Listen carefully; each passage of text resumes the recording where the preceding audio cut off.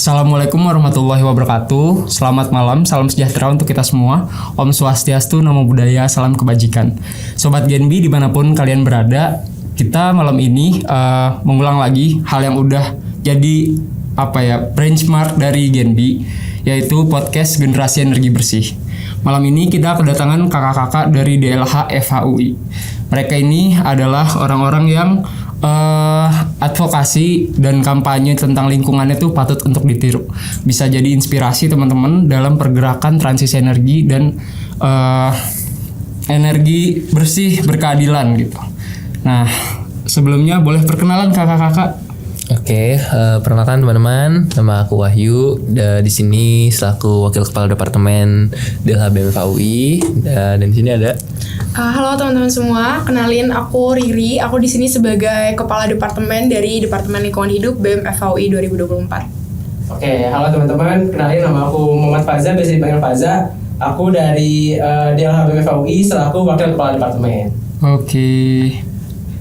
Keren banget nih Kak, makasih udah pada join ke sini ya. Sempatkan waktunya. Habis kelas langsung ke sini. Semangat banget, mantap. Oke, kita langsung nih masuk ke pertanyaan pertama ya. Kenapa sih kalian tuh tertarik buat join DLH BMFHUI gitu? Kan kalian tahu nih proker-prokernya tuh banyak tentang advokasi, turun ke jalan mungkin, bikin kajian dan lain sebagainya. Terus gimana awalnya kalian tertarik nih? Mungkin boleh cerita kakak-kakak. Oke, mungkin aku masuk lebih dulu kali ya Mas. Siap. Di sini sekalian kenalin juga terkait dengan Departemen Lingkungan Hidup BMFHUI.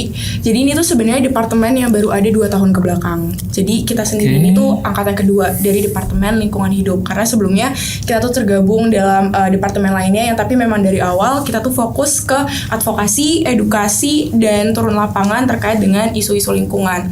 Nah sebenarnya kalau ditanya kenapa sih aku bisa tertarik dengan join DLH dan isu-isu lingkungan, mungkin karena lebih sesimpel dari keluarga aku ya. Keluarga aku ini tuh tipe yang pecinta lingkungan banget, yang kalau misalkan liburan itu emang mereka lebih milih untuk ke alam. Terus bapak aku juga sendiri tuh pendaki gunung, pecinta alam gitu. Mantap. Iya, jadi dari kecil mungkin aku udah sering banget dipaparkan isu-isu lingkungan, alam dan lain-lainnya. Terus mungkin kan kalau dulu kita taunya tuh masalah lingkungan itu masih dasar-dasarnya kayak terkait dengan efek rumah kaca, terus juga pemanasan global dan lain-lainnya. Nah, ternyata setelah aku masuk jadi mahasiswa, aku bisa lebih tahu gitu loh. Ternyata masalah-masalah tersebut tuh nggak simpel gitu, dan ternyata tuh banyak pihak-pihak yang berkontribusi dalam menyebabkan krisis-krisis tersebut, dan kita pun di sini bisa berkontribusi secara besar untuk menangani hal-hal tersebut. Jadi itu sih sesimpel kayak dari keluarga aku sendiri yang emang udah dekat dengan isu-isu lingkungan. Jadi aku tertarik untuk join dengan Departemen Lingkungan Hidup ini. Terus dari kecil udah sering baca ensiklopedia alam-alam gitu sih. Mungkin kalau aku itu. Ada lagi yang mau cerita? Mungkin dari saya sih Mas, kayak waktu itu kan mungkin ini berbeda dari Mbak Riri ya gitu. Aku sih dulu tuh berawal dari memang kegiatan aku yang suka nulis sebenarnya. Dan ketika aku nulis itu memang ternyata di perjalanan menulis itu aku tuh lebih suka tertarik sama yang berbau dengan alam sebenarnya. Tapi nulis apa emang sih? Novel? Biasa gue dulu kan sebenarnya ada banyak banget nulis soal biasanya ilmiah artikel ilmiah dan sebagainya. Tapi ya lebih suka dengan pendekatan multidisipliner aja gitu, kayak banyak ilmu yang dipelajarin. Ternyata ilmu alam itu melekat di saya walaupun saya orang sosial gitu, dan merasa bahwasanya bisa gak sih ada kesempatan orang sosial tuh ngomongin soal alam gitu. Ternyata ada di hukum itu yang namanya hukum lingkungan. Makanya itu aku masuk hukum. Ketika di hukum itu pun mencari suatu kegiatan organisasi yang ternyata akhirnya ketemu namanya Departemen Lingkungan Hidup yang baru ada di tahun itu juga gitu. Masuk akhirnya merasa tertarik dan akhirnya berkecimpung di situ, ternyata dikenalin sama gerakan-gerakan lingkungan juga. Dan memang ternyata menjadi sebuah passion bagi aku juga sih gitu untuk melihatnya. Kayak ya akhirnya melihat bagaimana sih lingkungan itu bisa diadvokasikan? Apakah lingkungan itu punya suara atau tidak untuk kita untuk membela dirinya sendiri dari kerusakan-kerusakan? Akhirnya di situ aku belajar gitu. Akhirnya makanya di situ timbul suatu rasa ketertarikan sampai sekarang jadi badan pengurus harian di DLHBM FAUI juga gitu. Wih, keren banget ya. Iya gitu. Masih suka nulis berarti. Masih kebetulan Mas kan saya yang nulis-nulis di DLH sekarang gitu. Oke, ada tambahan lagi Kak Fazah? Oke, mungkin kalau misalnya dari aku sih, mungkin kalau misalnya dari diri sama Wahyu tadi, kayaknya udah settle banget ya dari kecil atau dari lama. Kalau sebenarnya aku awalnya agak lontang-lantung ya kayak, Lontang lantung. FAUI ini mau Aduh. kemana nih? Karbitan nih. Iya, terus tiba-tiba aku baru tahu, aku lihat-lihat juga di peminatan ternyata ada peminatan hukum lingkungan. Nah dari sana aku lihat ternyata aku baca-baca juga, oh ternyata ini menarik banget karena menurut aku lingkungan itu bukan ranahnya sosial pada awalnya, itu ranahnya kalau misalnya kita di SMA itu adalah ranah IPA sebenarnya karena sosial itu ya aku di otak aku adalah uang, manajemen, sosial, sejarah dan lain-lain. Cuman ternyata oh ada juga di sosial yang ngebahas tentang lingkungan dan itu bahas aspek hukumnya. Nah dan itu juga aku juga kayak oh jadi setelah mempelajari itu aku jadi aware juga mengenai isu-isu lingkungan. Akhirnya pas banget tahun lalu pas aku masuk di FAUI baru juga ada dibentuk Departemen Lingkungan Hidup BEM FAUI. Akhirnya karena ya aku juga ada minat juga di mengenai lingkungan dan lain-lain, akhirnya ya udah aku join, merasakan tuh gimana kita bisa kontribusi sekecil apapun terhadap lingkungan kita. Kayak gitu sih. Mantap. Jadi kalian semua IPS atau ada yang IPA? Kita IPS. Oh, IPS. Oke. semua di Jadi sini. anak IPS emang semangatnya lebih tinggi. Iya. Insya Allah Mas semangat Iya. tinggi. Jadi banyak background tuh ya. Ada yang dari kecilnya udah dikasih tahu sama orang tuanya, diajakin liburan kan tadi. Kemana tuh liburannya? Aku terakhir banget yang bener-bener dekat sama alam tuh aku ke Taman Nasional Tanjung Puting buat melihat orangutan Kalimantan di sana. Widih. Oke, terus tuh dari kecil, terus ada yang suka nulis juga, ada juga yang karbitan gitu. Terus setelah pas masuk ada enak. berdampak dan Nyaman. Oke, tuh jadi semua level dan tingkatan tuh bisa gitu buat mulai untuk cinta lingkungan. Oke, kita lanjut ya. Oh, mantap ya. Ini kalau dari visi misi DLHBM FAUI itu apa sih? Terus awal aksi lingkungan yang dilakukan tuh apa? Kan ini baru 2 tahun nih. Tapi kayaknya udah banyak gerakan yang dilakukan gitu kan. Gaungnya udah seluruh Indonesia kali ini. Waduh. Mungkin boleh ceritain visi misinya apa? Amin. Gerakannya udah apa aja gitu.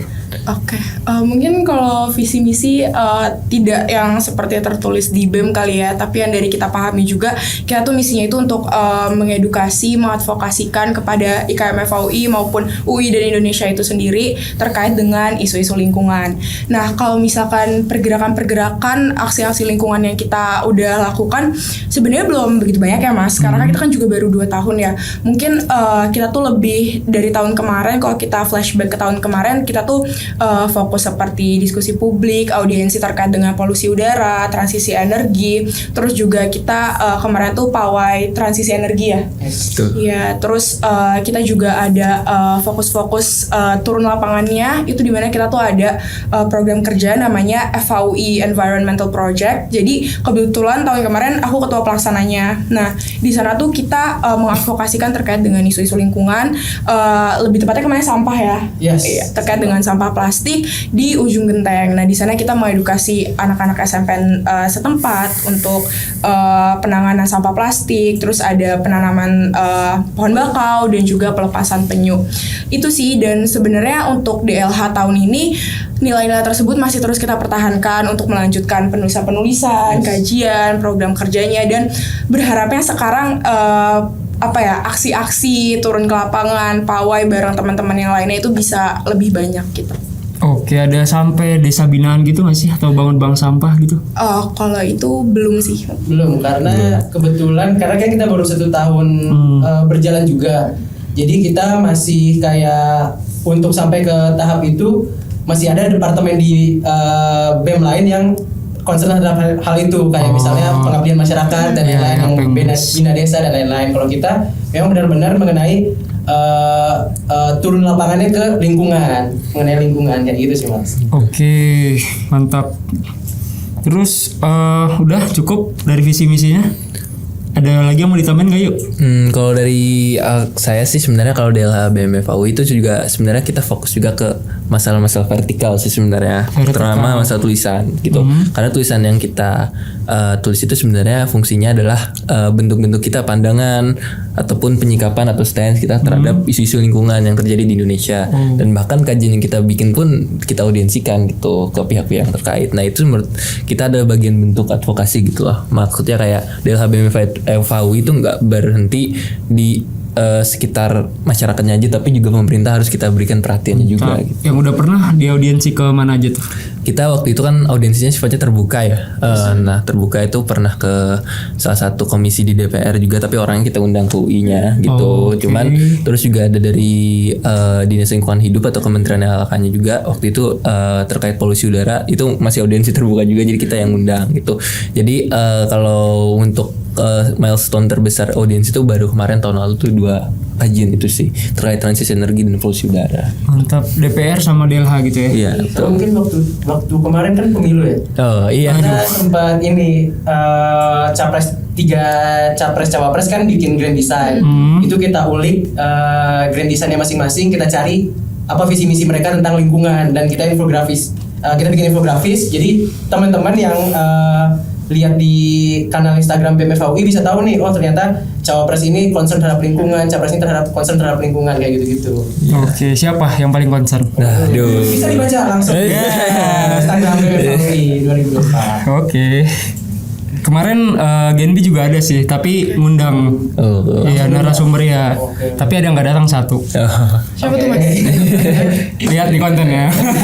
Oke. Terus oke, ini kita masuk nih ke pertanyaan yang personal nih. Fokus ke Kak Wahyu dulu nih. Oke. Kalau Kak Wahyu, motivasi personal kamu tuh apa ya, aktif di isu lingkungan gini tuh apa tuh? Kan penulisan tadi kan. Iya. Terus kenapa jadi pergerakan gitu? Kenapa bergeser? Apa emang ini selaras apa gimana kira-kira? Sebenarnya sih lebih ke gerakan hati aja sih, kayak maksudnya kayak Gerakan hati, guys. kayak udah sering nulis, cuman merasa bahwasanya ketika berhenti di tulisan itu, berhenti kita nulis nih, udah berhenti di situ aja, kok kayak kurang gitu. Terkadang tulisan itu harus kita gerakan juga dari intisari pemikirannya atau penulisannya. Jadi kayak bentuk gerakan lingkungan itu bentuk dari apa yang udah aku tuliskan gitu Kak. Jadi kayak dokumentasinya lah, kayak aku misalnya saya memutuskan untuk hal ini, atau saya menganalisis terkait hal-hal ini, akhirnya tuh bentuk tulisan itu saya gerakan dalam bentuk aksi-aksi gitu. Contohnya gimana tuh? Ya, abstrak nih mungkin ini sekaligus mungkin kalau di DLH-nya itu kemarin-kemarin ya, akhir-akhir ini kan tahun-tahun lalu sih lebih aktif di Porap juga kan. Waktu itu kan ada aliansi Porap juga kan. Waktu Pawa itu menurut aku itu bentuk hal yang bisa aku bilang perpanjangan dari hasil pemikiran aku sama di DLH aja gitu. Kayak bentuk kontribusi yang yang aku maksimalkan. Mungkin selama menjadi staff kan, sebelum jadi BPH kan jadi staff dulu kan. Kita jadi staff itu ada beberapa kekurangan yang pasti aku lakuin gitu. Tapi aku merasa bahwasanya ketika lama-lama di DLH itu merasa akhirnya kekurangan itu bisa aku tutupi dengan aku lebih giat-giat terus untuk melakukan gerakan-gerakan gitu, dan advokasi. Dan itu ternyata berdampak juga sih ke aku dan bagaimana cara aku berpikir soal gerakan lingkungan sih gitu. Oke. Jadi saling terkait gitu ya. Saling terkait, dan itu proses yang panjang juga sih. Benar. Sama setahun itu. Iya. Tulisan tuh nggak bakal jadi bagus ya kalau nggak ada implementasinya gitu kan. Betul. Nggak bakal diterima sama siapa-siapa kan. Public hearing dan ngundang juga orang males gitu. Orangnya nggak paham apa yang ditulis. Betul gitu. Mantap. Terus aksi pertama yang dilakuin di DLH BMFAUI apa nih? Kalau aksi pertama yang aku lakuin itu kalau nggak salah yang paling berkesan atau yang pertama ya. Kalau yang boleh berkesan, nggak apa-apa. Yang berkesan mungkin Power Up, karena pada akhirnya Power Up itu sampai pada titik terakhirnya tuh diterima KPU. Bukan, itu kita kan nggak tahu ya. itu karena urusan dengan aliansi juga ya, kita nggak tahu. Nah pada akhirnya yang kamu waktu itu realisasinya waktu itu kan inget ini, kita akhirnya mengundang salah satu tim ses dari setiap calon kan, sekaligus nonton bareng sama debat cawapres soal lingkungan gitu. Itu menurutku momen terbaik, karena jujur di situ aku melihat dialektika teman-teman lingkungan tuh kayak gimana gitu. Kayak akhirnya ternyata yang punya pemikiran sama tuh nggak punya, cuman saya doang. Oh gitu. iya, punya temen lah ya. Punya temen lah. Iya. Walaupun kemarin ketemu di pawai, tapi ya pawai kan kelihatannya kayak kita menuansakan kan. Tapi ketika melihat argumen-argumen mereka ternyata ternyata banyak hal yang punya orang yang punya concern yang sama. Kita nggak sendirian gitu. Iya. Akhirnya di aksi yang berkesan itu memberikan aku tuh kayak kita nggak sendirian. Kalau aksi pertama tuh mungkin di DLH BMFAWI karena masih membangun juga tuh, ya kita tulis menulis soal infografi sih. Tulis menulis. Iya itu waktu itu ingat banget bareng Riri sama Fadil waktu masih staff nulis infografis gitu. CS banget ya, udah dari kapan tahu nih. Insya Allah CS. Insya Allah CS. Insya Allah CS. Insya Allah CS karena ya gitulah. Maksudnya kayak disitulah juga proses pertama kita belajar sih terkait isu-isu lingkungan. Kayak kita khusus mungkin itu pertama kali nulis isu lingkungan tuh pasti agak kesusahan karena kita kan dari hukum kan. Cara dari data soal lingkungan, data-data soal alamiah yang sifatnya angka-angka itu kadang-kadang kan memerlukan proses berpikir yang lumayan berat untuk kita mahasiswa hukum, apalagi berbeda dengan kompetensinya. Tapi pada akhirnya membantu juga di mata kuliah hukum lingkungan gitu. Dapatnya apa? Nilainya? Belum. Kebetulan minggu depan UAS juga, jadi gitu? doain ya itu. Pas ya. Doain UAS. Minta doanya teman-teman. Nah, itu. Biar A ya. Amin. Amin maksudnya. Iya, oke. Oke. Itu sih yang paling berkesan soal aksi. Oke, keren banget. Terus kalau advokasi itu sama atau ada hal yang berbeda? Advokasi mungkin waktu transisi energi sama ini doang sih, waktu advokasinya sama polusi udara kan. Mungkin advokasinya tuh yang paling berkesan tuh bukan ketika audiensinya doang sih, ketika prosesnya juga. Waktu itu sama kepala departemen waktu itu nama saya Bang Edmond kan, waktu abang-abangan lingkungan banget di Ambus. Terus ngajak saya ke kantor-kantor NGO kayak Greenpeace gitu, dan ternyata di prosesnya itu kita diberi insight-insight oleh mereka-mereka juga, teman-teman CSO, teman-teman NGO. Disitulah yang memberikan kita kayak suatu wawasan bahwasanya lingkungan gak cuman soal kita nanam pohon aja gitu. Ternyata ada yang masalahnya kayak gimana kita mengusahakan energi itu kembali ke energi bersih, tidak energi kotor aja. Terus bagaimana ternyata udara itu adalah bagian kehidupan dasar dari manusia yang ternyata kalau misal udara itu kotor, itu melanggar hak dasar kita sebagai manusia gitu. Makanya kemarin tuh tahun lalu advokasi yang waktu itu sering dikasih insight sama CSO tuh terkait gugatan CLS-nya Jakarta kan. Itu pertanda. Menang nggak sih kalau nggak salah? Menang. Ya, kita kan bandingnya oleh Pengadilan Tinggi ditolak, kasasinya oleh Mahkamah Agung ditolak juga. Jadi itu bahasa hukum banget ya cuman ya. Jadi intinya ketika kita udah kemarin kan CLS itu mengajukan namanya citizen lawsuit ya, kayak gugatan warga Jakarta. Nah, gugatan warga Jakarta ini akhirnya dikabulkan oleh Pengadilan Negeri Jakarta Pusat. Nah, menyatakan bahwasanya pemerintah ini harus bertindak atas yang telah terjadi di Jakarta terkait polusi udaranya. Nah, itu artinya menghasilkan produk-produk hukum yang mengatasi masalah polusi udara itu di Jakarta. Berarti ke gubernur. Sebenarnya yang digugat itu bukan cuma Gubernur DKI Jakarta yang saat itu adalah Anies Baswedan, bukan hanya dia aja, tapi Presiden Joko Widodo, Kementerian Kesehatan dan Kementerian Lingkungan Hidup juga digugat sebenarnya. Mereka harusnya, kalau untuk Kementerian Kesehatan itu dia harus ada standar-standar kesehatan yang harus dipenuhi, dinaikkan. Kemenalkanya meningkatkan standar baku mutunya udaranya. Terus kalau Presiden Joko Widodo ya sebagai presiden dia bertanggung jawab lah untuk kelakuan kementeriannya sama gubernurnya juga gitu kan. Makanya dari itu sebenarnya gugatan CLS itu ternyata dibanding, tapi oleh banding itu artinya nggak setuju nih terkait putusannya pengadilan negeri nih. Nah, itu dibanding sama Presiden Joko Widodo, terus Kementerian Kesehatan sama Kementerian Lingkungan Hidup, dan itu ditolak. Nah, cuman mau dikasasi juga nanti, jadi banding itu kan selesai prosesnya. Tapi udah selesai kasasinya, udah diputus juga, ditolak juga soalnya. Kasasi itu kan ketika bandingnya itu nggak setuju, ternyata ada proses mau banding lagi namanya kasasi kan. Nah, kasasinya juga ditolak juga sama Mahkamah Agung. Jadinya kita menang. Tepuk tangan dulu dong. Ya, jadi itu suatu insight yang dapetin sama advokasi sih Mas gitu, kayak Berkesan banget Berkesan ya. banget, Menawan kayak- presiden. Aduh, gak tau dah. Kalau menurut aku sih apa ya, untuk masalah lingkungan ini harapannya sebenarnya dari advokasi itu ya pemerintah lebih care aja soal kita gitu, terkait hak dasar kita soal lingkungan. Gitu Oke. aja. Keren. Oke, lanjut. Thank you Kak Wahyu nih buat insight-nya.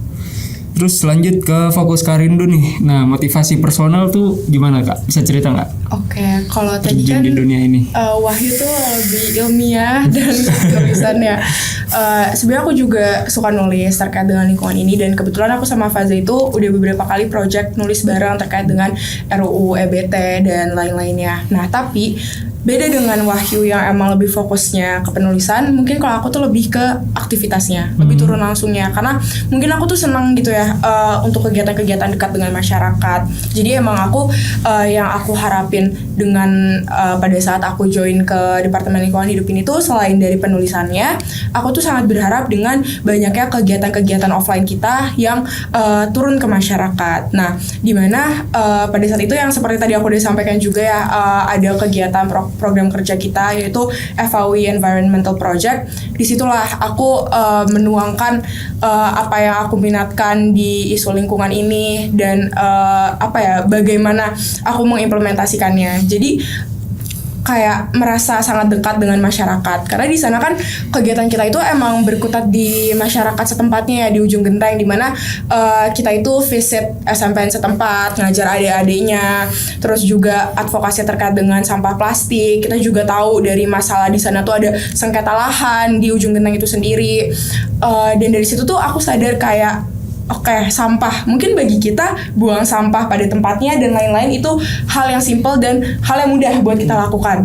Terus juga cara membedakan sampah mana dibuang ke tempat yang mana, pengkategoriannya itu tuh mungkin bagi kita hal yang udah gampang kita dapatkan kan. Cuma ternyata nggak bagi semua teman-teman tuh itu hal mudah. Masih ada teman-teman lain yang emang belum bisa mengakses informasi-informasi tersebut. Masih ada teman-teman yang emang masih belum bisa mengakses terkait dengan krisis iklim dan lain-lainnya. Jadi once aku turun ke masyarakat, ngajarin teman-teman di sana, aku merasa senang aja sih, and it's fulfill my passion gitu. Jadi lebih kayak ada rasa puasnya tuh di situ. Jadi apa yang aku passionate tentang lingkungan tuh terpenuhi di kegiatan itu. Udah gitu itu kan juga bawa volunteer ya. Jadi kita aku memberikan ruang kepada teman-teman IKM FAUI secara umum untuk ikut kegiatan kita yang itu lepas penyu dan tanam bakau. Jadi aku juga senang gitu loh. Jadi banyak teman-teman kita yang lain yang bisa ikut kegiatan lingkungan ini, aksi lingkungan ini, bukan hanya di sekitar satu departemen lingkungan hidup itu aja. Mungkin kalau aku itu lebih ke aksinya gitu daripada kepenulisan. Oke, gitu. gratis. Ditunggu aja ya. Tapi ini ada lagi. Ada lagi. gitu. Oke, di luar UI bisa ikut. Belum sih. sih. Ini baru FAW doang. Si FAW. Oke, internal fakultas berarti ya. Internal fakultas. Ituin aja. Jadi kalau dananya lebih gede bisa. Mungkin bisa. Oke, lanjut. Kalau ada advokasi gimana dari Kak Rindu nih? Oke, kalau advokasi mungkin aku juga sama ya dengan Wahyu, karena kan kita kan di satu kepengurusan yang sama. Terus tahun kemarin kita juga masih staff. Jadi berkesannya itu seperti yang tadi Wahyu katakan, kita diajak sama kepala departemen tahun lalu, Bang Edmond, itu kayak untuk mengunjungi NGO-NGO yang lain, ke ICEL, terus Walhi, terus juga konsolidasi dan lain-lain. Itu tuh bener-bener a new experience for me, karena pertama tadi untuk masuk ke isu lingkungan aja menurut aku kayak wah berat banget gitu. Terus sekarang diajak ketemu NGO dan stakeholder yang ngurusin lingkungan ini, jadi lebih kayak wah lebih baru lagi gitu. Jadi banyak experience baru yang aku dapatkan dari sana. Terus juga terkait dengan kepenulisannya, yang tadinya kita emang anak hukum lebih ke isu-isu sosial, argumentasinya gimana, ini kita dipaparin dengan data-data yang emang real, yang harus kita olah dulu, bahasa-bahasanya juga bahasa-bahasa baru kan. Jadi a new experience yang berat tapi ngebuka wawasan banget gitu sih. Oke, keren banget nih dari Kak Rindu. Ada lagi? Udah cukup? Kita lanjut ya. Kita lanjut ke Kak Faza nih. Kalau ke Kak Faza gimana? Motivasinya tuh apa? Terjun di sini.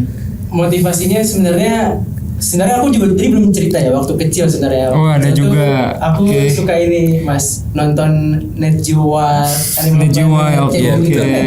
Mengenai hewan-hewan kan. Dan di sana tuh aku ngeliatnya kayak ironis gitu. Kayak- Ironis. Iya, kayak beruang kutub yang bisa sama anaknya gara-gara esnya mencair gitu. Oh. Awalnya waktu aku kecil kayak mikir kayak, oh ya udah itu kayak apa ya, kayak suasana biasa aja. Ternyata setelah aku besar, aku baru tahu ternyata hal itu tuh merupakan dampak dari suatu hal yang besar, yaitu krisis iklim. Dan aku kira kayak, oh ya udah, aku juga kan aku di Indonesia nih, bro, itu kan di sana lah, di mana lah, Antartika sana. Dan aku pikir, oh aku nggak bersalah atas hal itu. Ternyata setelah aku pelajari dan aku tahu, oh ternyata aku juga bersalah terhadap hal itu. Kenapa? Karena aku juga kayak menggunakan energi yang kotor dan mengeluarkan emisi dan lain-lain dan menyebabkan krisis iklim. Itu tuh aku bisa nyakitin beruang kutub yang jauh di sana. Wih. Aku baru tahu itu sekarang gitu. Oh ternyata dampaknya sangat besar. Dan makanya aku kayak, oh ternyata aku bisa, karena aku tahu dampaknya besar juga, aku mikir, oh ternyata aku juga bisa memulihkan itu dari Indonesia. Kayak gitu sih Mas. Jadi kayak aku pengen teman-teman yang lain melalui advokasi paham apa yang aku rasain juga gitu. Kayak, oh ternyata di dunia ini krisis iklim itu bukan Indonesia doang loh, tapi negara-negara lain juga, dan dampaknya bukan di kita doang, banyak di teman-teman kita di negara lain, bahkan bukan manusia pun kayak tumbuhan, hewan itu bisa merasakan apa dampak dari krisis iklim. Jadi itu sih apa yang pengen kayak ke teman-teman sih, kayak teman-teman ternyata krisis iklim itu nyata, dan sebenarnya penyebabnya adalah kita sendiri, kita sebagai manusia yang menggunakan energi yang kotor dan lain-lain yang menyebabkan krisis iklim. Kayak gitu sih Mas kalau aku. Jadi aku lebih ngedepatin, kalau misalnya tadi Wahyu tentang penulisan, jadi tentang turun lapangan, mungkin aku kayak advokasi sih Mas. Kayak mungkin aku di BMFA tuh suka kayak bikin video buat di-upload dan Konten kreator berarti ya? enggak juga. Enggak mau itu juga.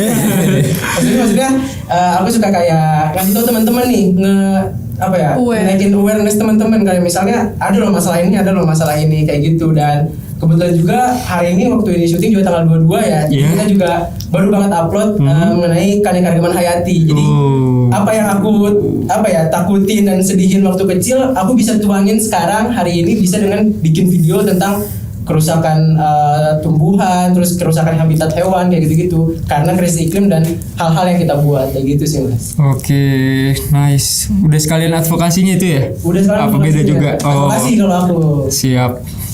Nice. Berarti pas kamu terjun sekarang nih, gimana kira-kira hewan-hewan tuh makin banyak yang hilang apa makin banyak yang terestorasi nih habitatnya? Waduh, kalau misalnya kita lihat sekarang sih sebenarnya agak ironis juga sih, kayak Betul. orang-orang memikirkan kayak misalnya contohnya kelapa sawit lah misalnya, buka lahan dan lain-lain. Mungkin ya demi cuan-cuanan itu ya cuan sih ya, sebenarnya kelapa Cuan. sawit gitu. Cuman yang aku lihat adalah di balik hal itu adalah banyak Habitat. ironis-ironis habitat mengenai hewan-hewan yang kayak mereka harus tersingkirkan, mereka harus kayak bahkan harus dibunuh dan lain-lain kayak gitu-gitu. Bahkan kalau misalnya waktu itu aku lihat juga ada gajah lewat di perumahan warga, dan ternyata benar sih kata orang di sana, kayak sebenarnya gajah kan nggak tahu jalan deh. Iya. Gajah itu nggak tahu jalan, tapi kita yang ngalangin jalan mereka. Bukan mereka yang masuk ke wilayah kita yang masuk ke wilayah mereka, dan mereka nggak tahu jalan. Itu mereka anggap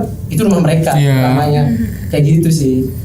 Oke, mungkin karena perspektifnya mungkin itu kan ada cuannya juga, tapi bentuk lokasi dari pemindahannya lah, Iya. satwa-satwanya tuh nggak dipikirkan lagi Iya, kayaknya. benar. Kayak gitu sih. Parah, terus nggak bikin apa-apa dari situ? Ini suatu kan hari ini hari Kaneka Ragaman ya. Iya, oh itu, Iya. oke, outputnya itu ya. Outputnya itu. Jadi kita ya sebenarnya kan kita untuk jauh lebih sana mungkin kita belum bisa gitu Mas. Jadi kita ngelakuin hal yang Kita yang bisa. bisa kita lakuin dulu nih, kayak kita punya media, kita punya kanal Instagram BPFA-UI. Ya udah kita gunain itu buat advokasi nih ke teman-teman, mungkin IKM FAUI atau anak-anak UI atau masyarakat Indonesia yang buka kanal Instagram FAUI. Kalau misalnya kita tuh bisa ngerusak habitat hewan, bisa ngerusak flora dan fauna, itu sih Mas yang Oke. mau kita advokasi. Menarik. Oke, tadi kan udah masing-masing nih udah dikulik nih motivasinya. Sebenarnya belum semuanya juga sih. Nanti mau aku senggol-senggol lagi dikit.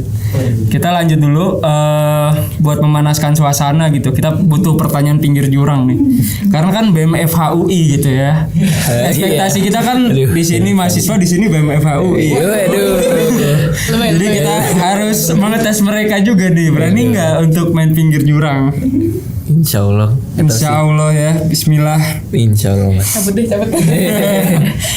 Oke, kalau menurut kalian nih, kalian kan orang-orang yang udah tercerahkan gitu terhadap krisis iklim, terus tadi energi terbarukan, hilangnya habitat satwa gitu, banyak banget hal-hal masalah lingkungan yang terjadi di Indonesia. Dan kalian nih udah sampai punya gerakan-gerakan tersendiri kan tadi, sampai penulisan, sampai ada infografis, sampai terjun ke masyarakat gitu. Nah, kalau menurut kalian sendiri nih, selama pengalaman kalian yang tadi udah dijelasin, apa sih hal yang menghambat proses transisi energi di Indonesia? Mungkin izin jawab sedikit kali ya, Mas. Banyak nggak apa-apa. Kita kan ngelihatnya dari sisi mahasiswa hukum ya. Jadi kita juga sering menganalisisnya itu dari segi hukumnya. Jadi kalau kita di sini sering kali melihat tuh regulasi-regulasi ya, regulasi-regulasi yang dibuat pemerintah itu sering kali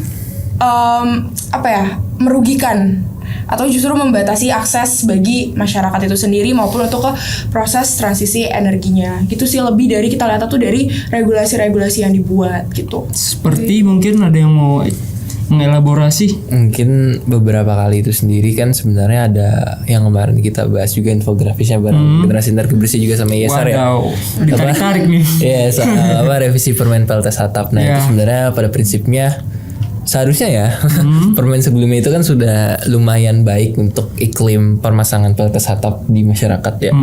Semenjak revisi itu sebenarnya ada beberapa kerugian yang dirasakan oleh masyarakat gitu, terutama terkait beberapa skema-skemanya yang memang untuk pendanaan terkait PLTS atap itu agak kesulitan memang. Tapi juga dari kita melihatnya bahwasanya revisi permen PLTS atap ini perlu dikomunikasikan ke pemerintah terlebih dahulu. Pertama-tama ini infografis mereka aware gitu aware juga.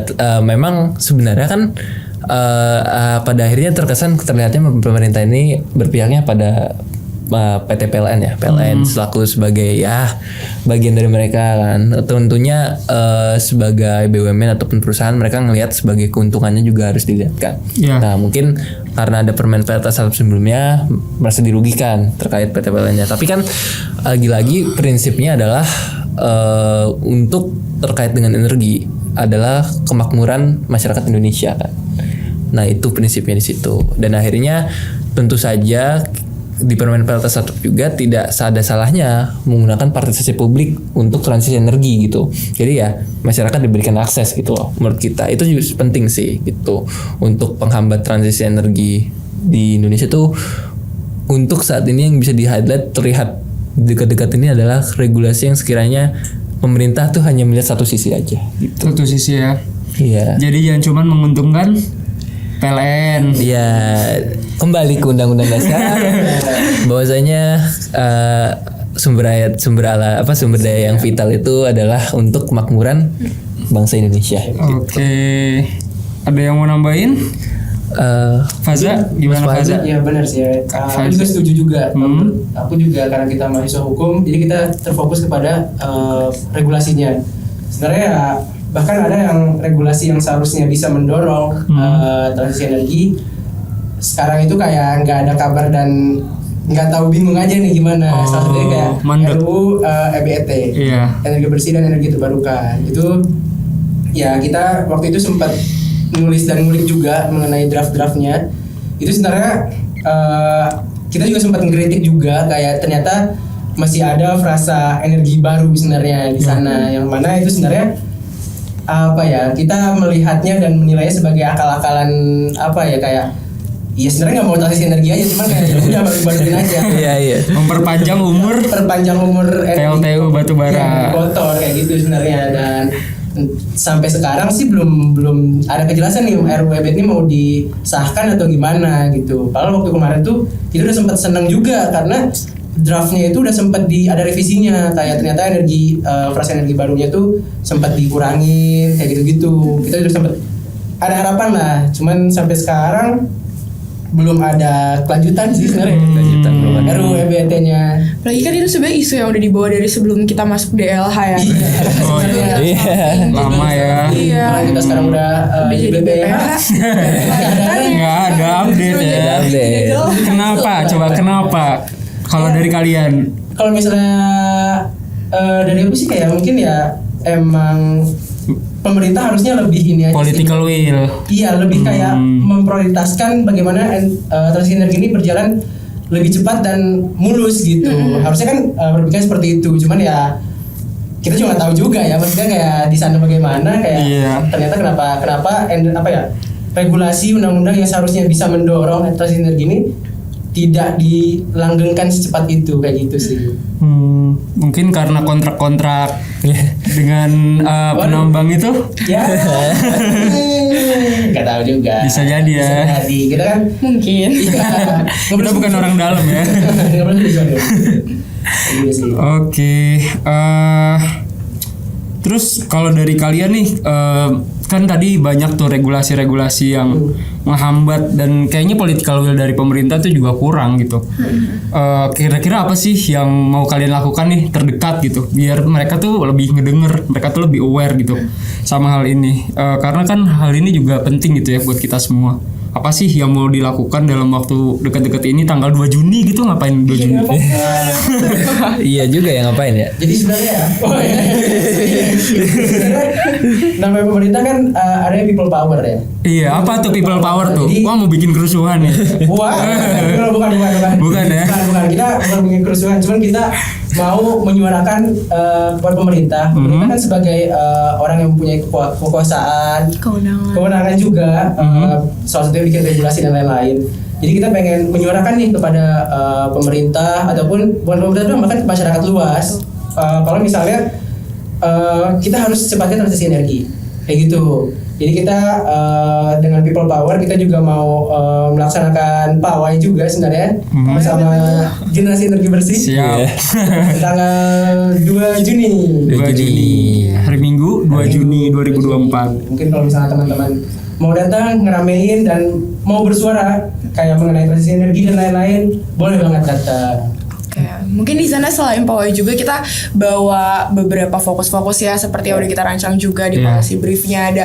Kita di sini tuh pawai nggak sekedar Kosong. iya Ya. kosong, tapi ada hal-hal yang kita tuntut gitu. Ada yang Jadi penting yang mau disampaikan juga. betul. Jadi selain kita juga menyuarakan keresahan kita kepada pemerintah, di sini kita tuh juga sekalian mengedukasi teman-teman masyarakat lainnya untuk bisa lebih aware terkait dengan transisi energi ini dan sebenarnya apa sih what is happening around us gitu. Betul. Dan policy brief itu sebenarnya bentuk kita bahwasanya kan pemerintah selalu bilang boleh mengkritik tapi harus ada solusi. Nah sebenarnya policy brief itu adalah jawabannya gitu. Jadi kayak apa ya, jawabannya itu adalah bentuk-bentuk kita saran-saran kepada pemerintah terkait gimana sih ya kalau mau ngadepin transisi energi itu kan. Ini memang kan policy briefnya untuk RUU EBT sama RPPKN juga kan. Nah ya misalnya aja salah satu di dalamnya kan kita kelihat ada namanya itu yang seharusnya dibahas tuh terkait CCUS. Kita juga ada poin terkait itu juga yang kebetulan terkait Perpres CCS itu diterbitkan ketika Mas Gibran di debatnya itu ngomongin CCS, tiba-tiba Perpres itu terbit. Nah, Widih. itu salah satu fakta yang unik juga sih kalau kita, padahal sebenarnya yang kita tulis di policy brief nanti kemungkinan besar adalah CCS ini kan belum terlihat juga kan kayak gimana efektivitasnya, dampak ke lingkungannya gimana, dan apalagi ini diterbitin di regulasi kan. Padahal dalam ya kalau kita lihat dalam prinsip hukum lingkungan itu kita tuh harus hati-hati ketika melakukan kebijakan. Karena apa? Terkadang ada kebijakan yang bisa merusak lingkungan dan kerusakannya itu tidak bisa dikembalikan lagi gitu loh, dampaknya itu hasil dari kerusakannya itu. Nah makanya namanya prinsip kehati-hatian itu agar apa ya, lebih baik suatu kebijakan atau tindakan ketika itu merusak lingkungan dan dampaknya tidak bisa dipulihkan, lebih baik nggak usah dilakuin gitu.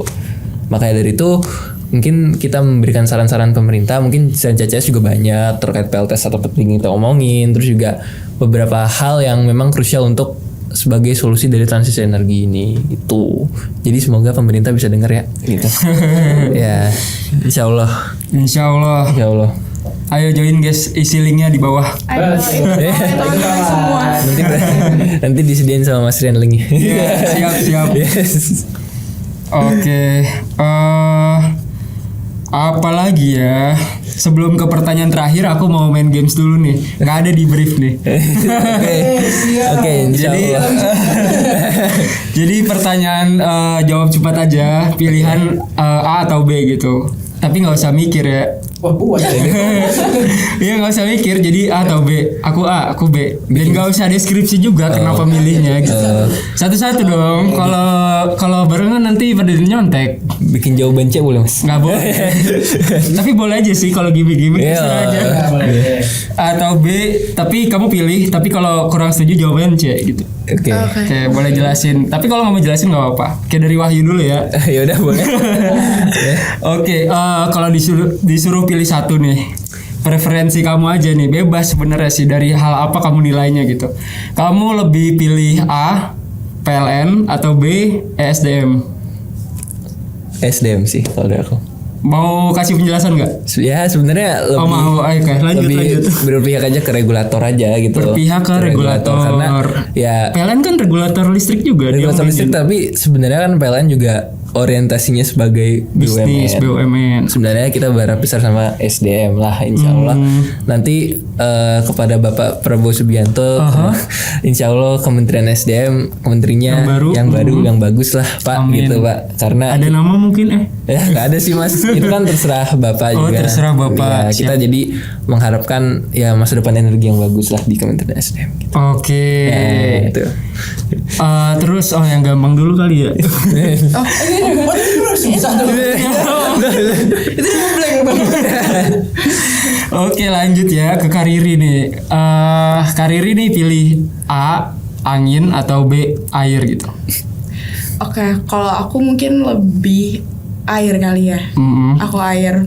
Why? Penjelasannya mungkin sebenarnya juga lagi yang sebenarnya kita angkat juga ya terkait isunya sesuai advokasi. Sesuai dengan advokasi di mana tadi kayak belum dijelasin deh ke depan kamera advokasi yang airnya tuh. Oh iya benar ya. Iya, betul. Mungkin di sini terkait dengan advokasi kita juga kan kita lagi bikin tulisannya terkait dengan analisis Jakarta Kota Rapuh, di mana di dalamnya tuh salah satu yang kita analisis itu adalah air. Di sini tuh kita melihat masih air itu apa ya, nggak mudah untuk mendapatkan air yang bersih, dan sebenarnya air itu masih apa ya, di aksesnya di beberapa titik itu juga sulit. Itu masih sulit gitu. Air sih. Apalagi kriterianya masih belum bersih, masih kotor dan sebagainya lah. Ya, masalahnya banyak ya. Kita tahulah Jakarta ya. Semoga gubernur. Kan UI di Depok. Nah, tapi ya. Oh iya, BP Selatan ya. BP Selatan. Asramanya aja di Jaksel. Iya. Di mana? Bagi-bagi. Kita di perbatasan. Jadi UI itu 2 tempat. Bukan Depok aja. Iya. Tapi ada nyempil dikit Jaksel. Oke. Jadi hutan UI itu di Jaksel. Betul. Mas. Jadi ya semoga Jakarta bisa lebih baik lah. Oke. Terakhir nih buat Kak Faza. Boleh. Wah, harus ada harus ada animalnya, harus ada. Oke, sebentar aku merenung.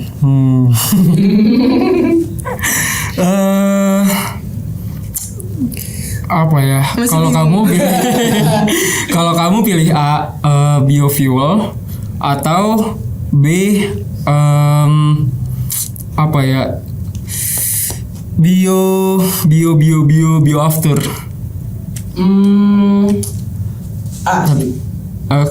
Biofuel karena mungkin karena aku lebih dekat dan lebih familiar terhadap itu sih sebenarnya. Oh iya. Daripada bio after. Kamu kan anak IPS.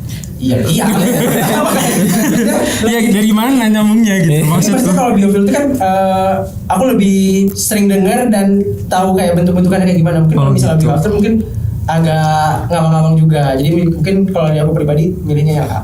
Oh gitu. Oke, bikin advokasi juga terhadap itu. Belum tahu. Jauh ya, masih jauh ya. Tapi jadi inspirasi inspirasi. Siap. Oke, mantap. Selamat mereka guys dari Wey, bisa pulang. Tanyakan pinggir jurang. Ini udah di dalam jurang. Hati-hati aja ya, nanti tukang bakso, tukang somai jangan beli-beli dulu ya. Aman. Kita makan di rumah ya.